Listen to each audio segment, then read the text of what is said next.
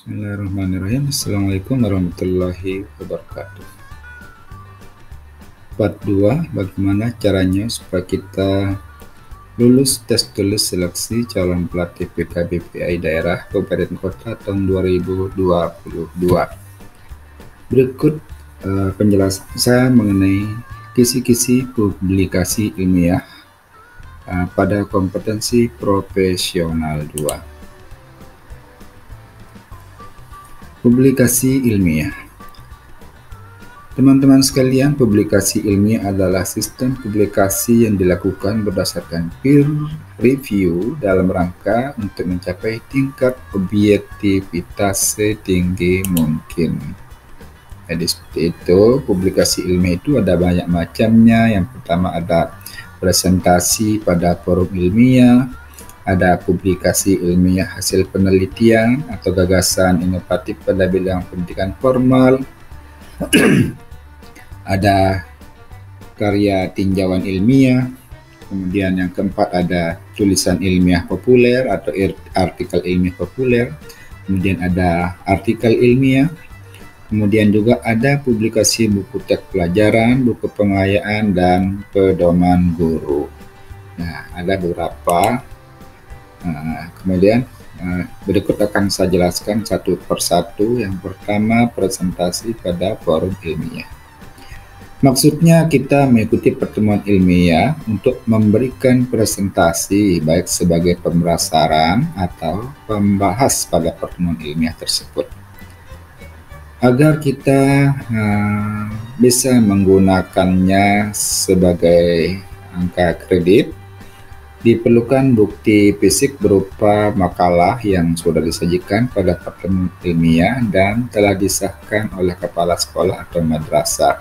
Ini angka kreditnya 0,2. Samping itu harus ada surat keterangan dari panitia seminar atau sertifikatnya ya, berupa piagam dari panitia pertemuan ilmiah tersebut. Ini angka kreditnya 0,2. Publikasi ilmiah berupa hasil penelitian atau gagasan ilmu bidang pendidikan formal. Dalam hal ini kita butuh laporan hasil penelitiannya, laporan hasil penelitian tersebut ya, diterbitkan, dipublikasikan dalam bentuk buku beri-ISBN dan telah mendapatkan pengakuan BSNP, itu angka kreditnya 4. Kalau laporan hasil penelitian yang disusun menjadi artikel ilmiah diterbitkan atau dipublikasikan dalam majalah ilmiah atau jurnal ilmiah, kemudian diedarkan secara nasional dan terakreditasi juga, itu angka kreditnya 3. Kalau laporan hasil penelitian yang disusun menjadi artikel ilmiah diterbitkan atau dipublikasikan dalam majalah jurnal ilmiah tingkat provinsi, angka kreditnya kita peroleh 2. Kemudian kalau laporan hasil penelitian yang disusun dalam artikel kemudian diterbitkan atau dipublikasikan dalam majalah atau jurnal ilmiah tingkat kabupaten kota, angka kreditnya 1. Nah, kalau laporan hasil penelitian kita itu diseminarkan di sekolah atau di madrasah kita, kemudian dokumennya disimpan di perpustakaan, tentu saja disahkan sesuai dengan petunjuknya, pedomannya, maka angka kreditnya 4. Lumayan ini angka kreditnya 4. Berikutnya tinjauan ilmiah. Makalah tinjauan ilmiah adalah karya tulis guru yang berisi ide atau gagasan penulis dalam upaya mengatasi berbagai masalah pendidikan formal dan pembelajaran yang ada di satuan pendidikan, yaitu di sekolah atau di madrasah kita. Itu tinjauan ilmiah. Dalam tinjauan ilmiah ini ada sistematikanya, terdiri dari bagian ya. Bagian awal itu berisi halaman judul, lembar persetujuan, kata pengantar, daftar isi, daftar tabel, daftar gambar, daftar lampiran, serta abstrak atau ringkasan dari karya tinjauan ilmiah kita. Kemudian bagian isi terdiri ada bab 1 pendahuluan. Nah, biasanya pendahuluan itu berisi latar belakang masalah, rumusan masalah, tujuan penelitian, dan manfaatnya. Kemudian di bab 2 ada kajian teori atau tinjauan pustaka. Dan kemudian bab 3 ada pembahasan masalah yang didukung dengan data, penegasan ide atau gagasan asli penulis terkait upaya bagaimana memecahkan masalah tersebut. Nah, setelah itu masuk ke bab 4, di sana ada kesimpulan. Jadi tinjauan ilmiah itu sampai bab 4 saja. Dan pada bagian akhir dari sistematika tulisan yang berupa tinjauan ilmiah itu memuat ada daftar pustaka dan lampiran data yang digunakan dalam melakukan tinjauan atau gagasan ilmiah tersebut. Bukti fisik tinjauan ilmiah yang diperlukan, ya, di situ ada beberapa. Yang pertama tentu saja makalah asli atau fotokopinya juga tidak apa-apa, bisa dipergunakan.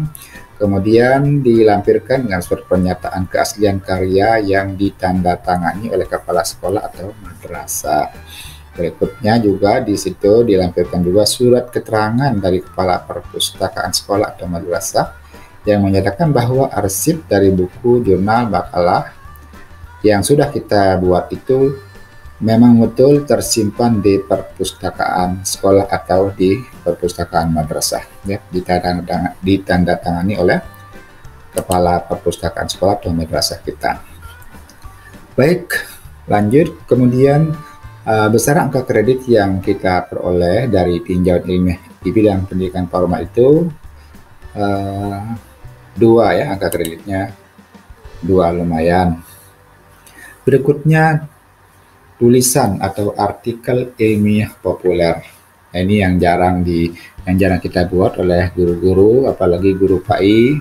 Jarang kita membuat tulisan atau artikel ilmiah karena tulisan artikel ilmiah populer ini merupakan tulisan yang kita buat tujuannya agar dipublikasikan di media massa seperti koran, majalah, atau sejenisnya.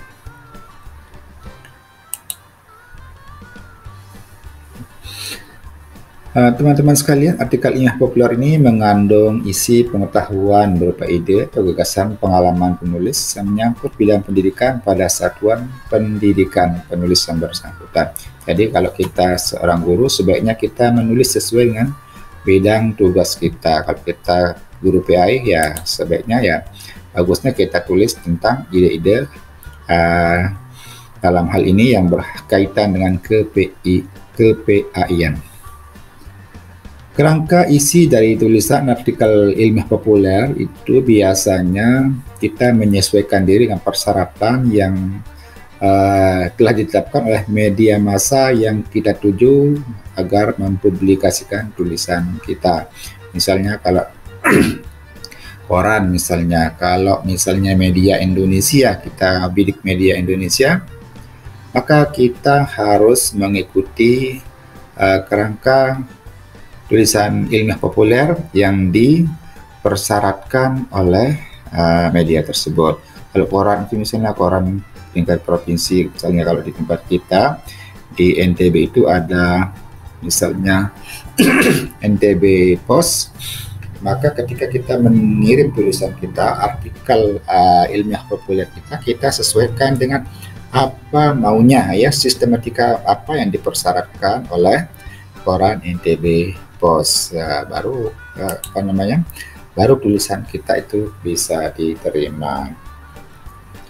Kemudian bukti fisik yang kita lampirkan ketika kita ingin mengajukan laporan atau artikel kita yang telah dimuat, misalnya ketika kita mengajukan atau mengirim sebuah artikel ilmiah populer di koran yang kita inginkan, lalu dimuat, maka ketika kita ingin naik pangkat, kita gunakan dengan cara membuat clippingan dari tulisan atau media massa yang memuat karya ilmiah kita itu. Kemudian disahkan oleh kepala sekolah atau madrasah, disertai dengan yang isinya juga menerangkan bahwa media tersebut telah mempublikasikan tulisan kita.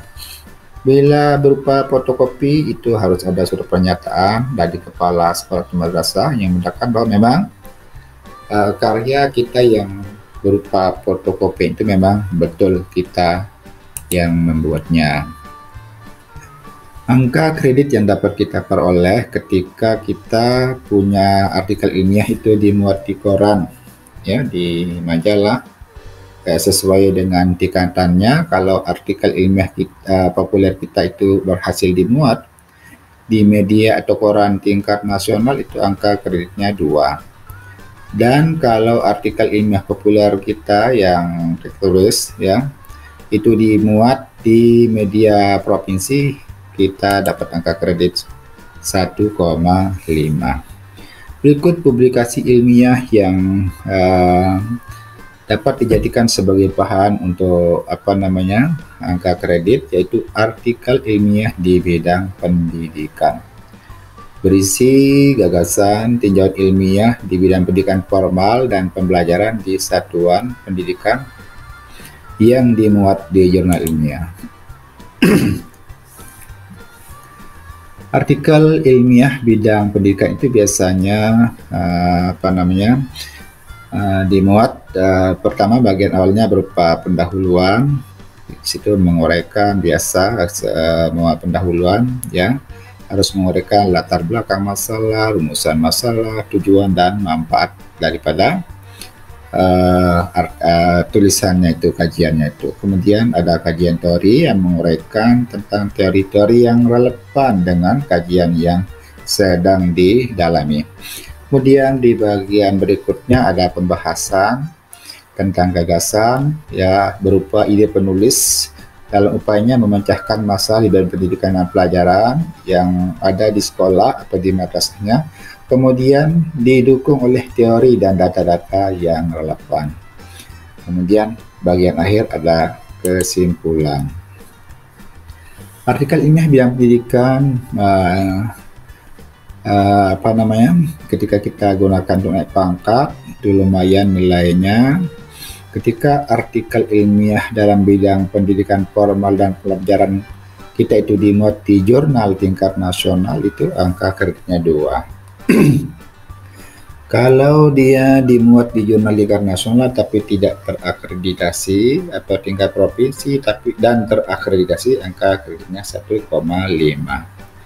Kalau artikel ilmiah dalam bidang pendidikan formal dan pelajaran pada satuan pendidikan dimuat di jurnal tingkat provinsi tidak terakreditasi atau tingkat lokal kabupaten kota, sekolah atau madrasah, kita itu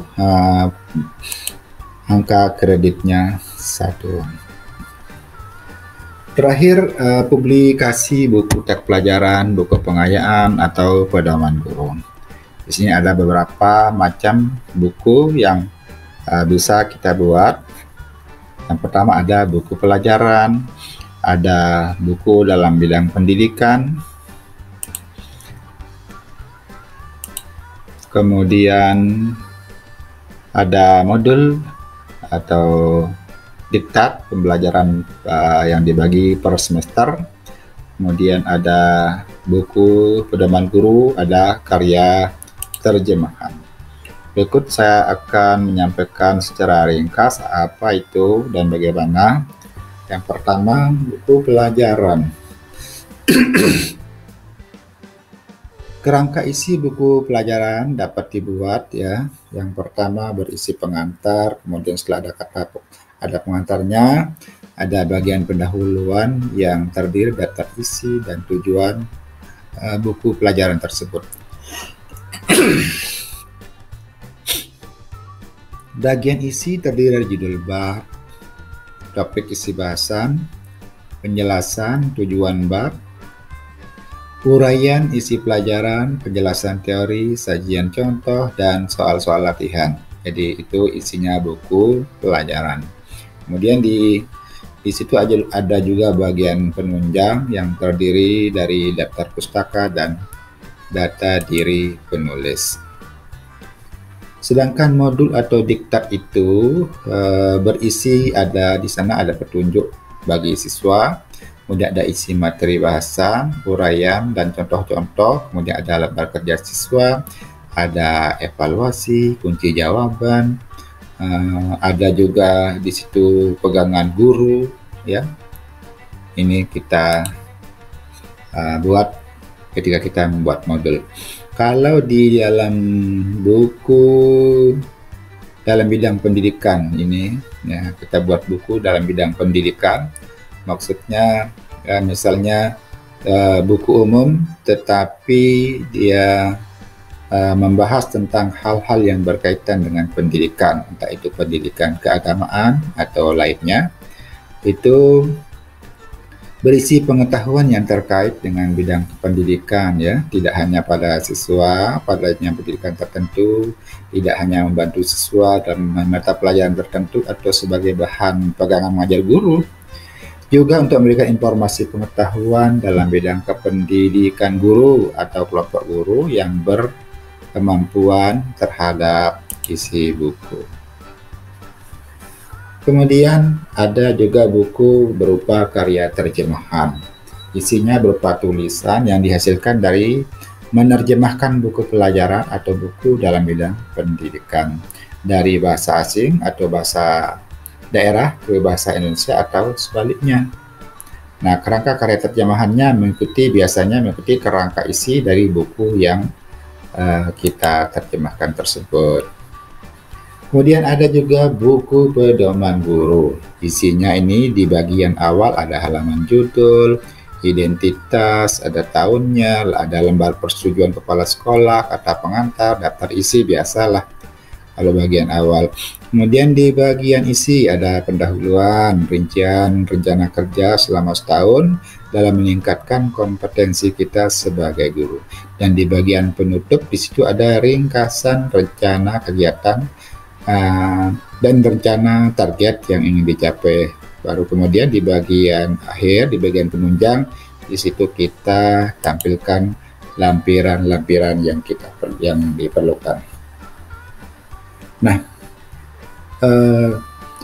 ketika buku kita sudah jadi, ketika kita ingin mengajukannya untuk naik pangkat, maka kalau buku pelajaran yang berhasil tembus BSNP ini, angka kreditnya 6 ini paling banyak ini kalau buku yang kita tulis itu masuk BSNP. Tapi ini biasanya lumayan sulitnya kalau kalau kita buat secara mandiri.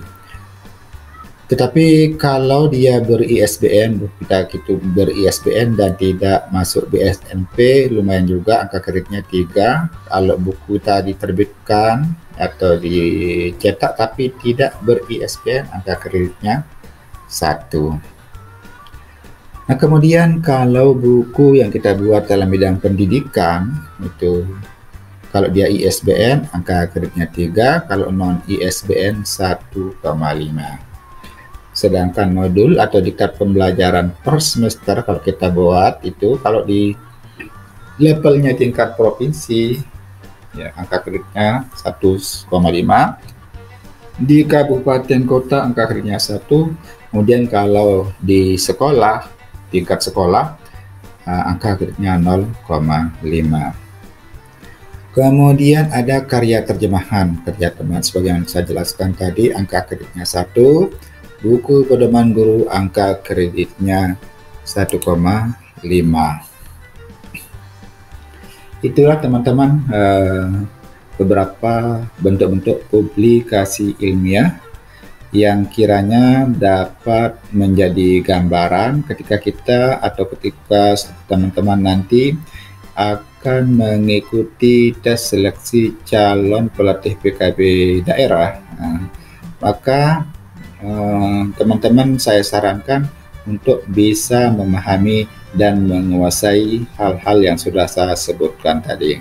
Baik, untuk lebih jelasnya ada lagi nanti di part 3 saya akan menjelaskan tentang PTK dan teknik PTK, kemudian proposal PTK dan lain-lain. Saya akan jelaskan pada video berikutnya.